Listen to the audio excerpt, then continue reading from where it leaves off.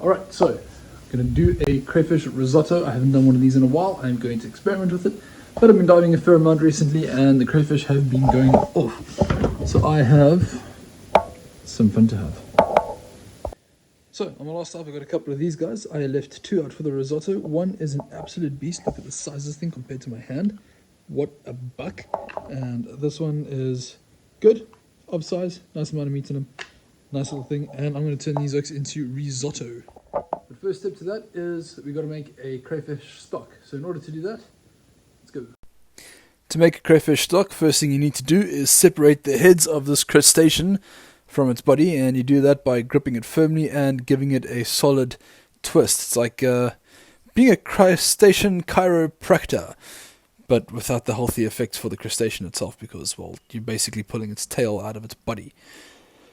Once you've done this, grab two crayfish heads, which you have saved from your previous recipe, and into the pot we go. We're not going to speed this whole thing up, but fry your crayfish heads until they are red. It adds to the flavor. It makes it delicious. To that, add some boiling water.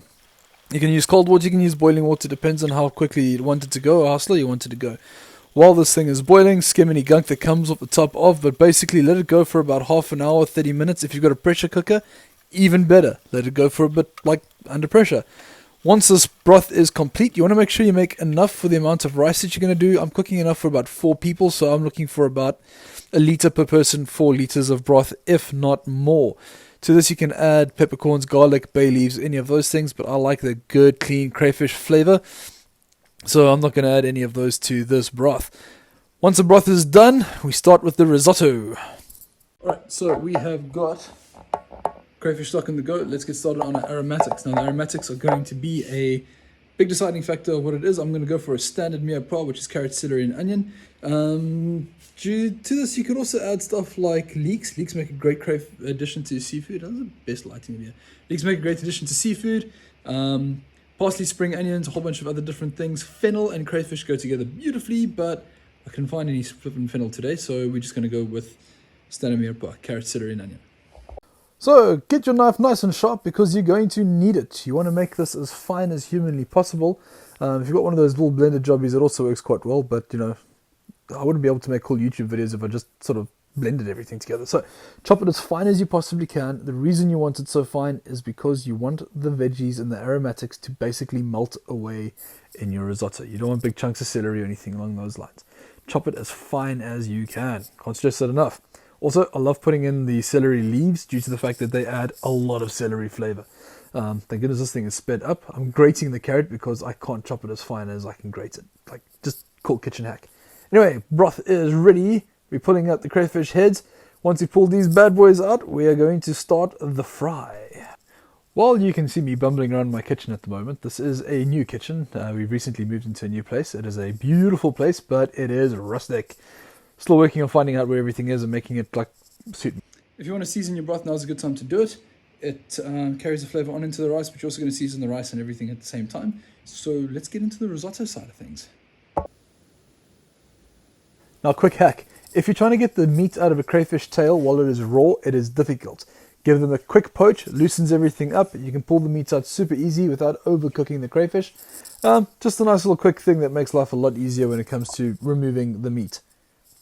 We've got our crayfish tails lightly poached. There they are, poached. Let's get started on assembling this thing. So for a risotto, what I'm doing is I'm using arborio rice. The reason why we use arborio rice, it's the right rice to use. The reason why it's the right rice to use is because it is what the original risotto was made of. It's like saying, you know, round tires are good for cars. Why? Because they are. Let's get going. First thing we're going to do is go to narration. Started. All right. To a skillet, switch the thing on and add olive oil. Lots and lots of olive oil. Seriously, don't be shy with the olive oil. Just pour it in there. Get your skillet nice and hot, and once your skillet is nice and hot, we're going to take our mirepoix vegetables, toss them in and start frying them up. And I like to give my mirepoix a bit more of a flavor. The longer you cook it, the more flavorful it becomes, and you can ultimately play with it that way.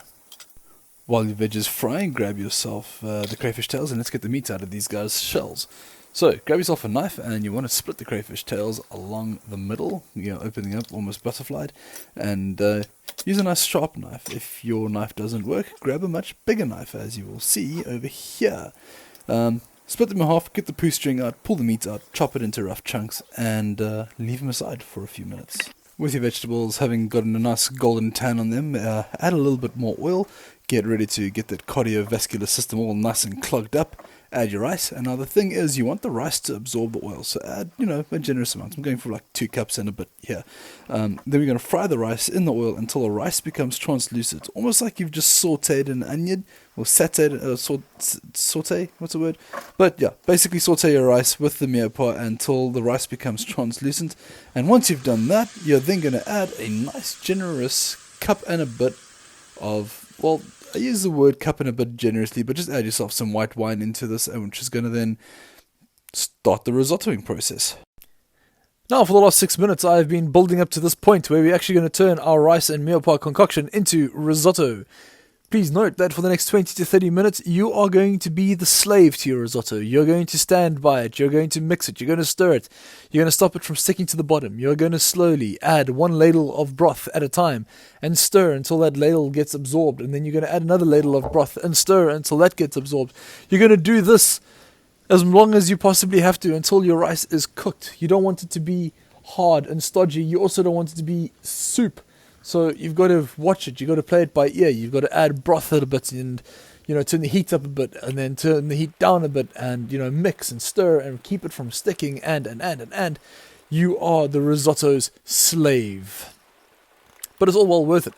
Once you get to the point where most of your broth has been absorbed, you're going to add your bit of flavoring to it. I like to go with a bit of lemon zest, and then once you've got the lemon zest and grated clove or 2 or 10 of garlic, depending how garlicky you want it, and then also add like Pecorino Romano cheese. I'm a bit broke half the time, so I'm just using the powdered Parmesan that you get in most shops, and it tastes great. Not quite the desired consistency that you want, but hey, use what you've got.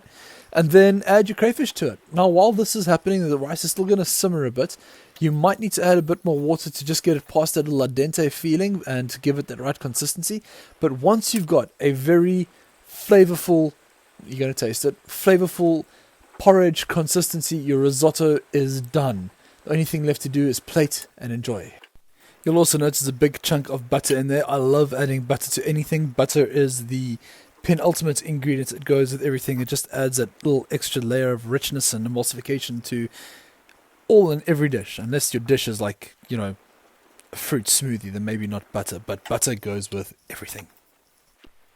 Right, as we end the video, just grab a ladle, dish some into a bowl. As you can see, that perfect porridge consistency. Add a fairly, rough chopped parsley to it. And whack your spoon in there for extra effect. And listen to this. Does the front-facing camera make a difference to the way you film? It probably does. Anyway, so here it is. Crayfish risotto. I'm starving. I'm going to eat it, and I'm going to tell you what it's like. But first, the taste test.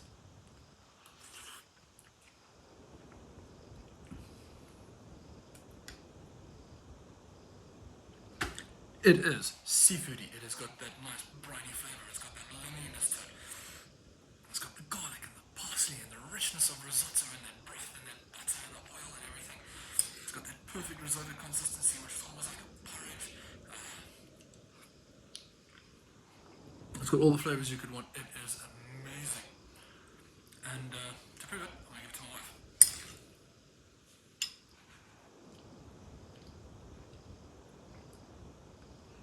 You're taking a bigger bite, but there you guys have it. Crayfish risotto. Well, there we had it. Crayfish risotto, fresh from the sea.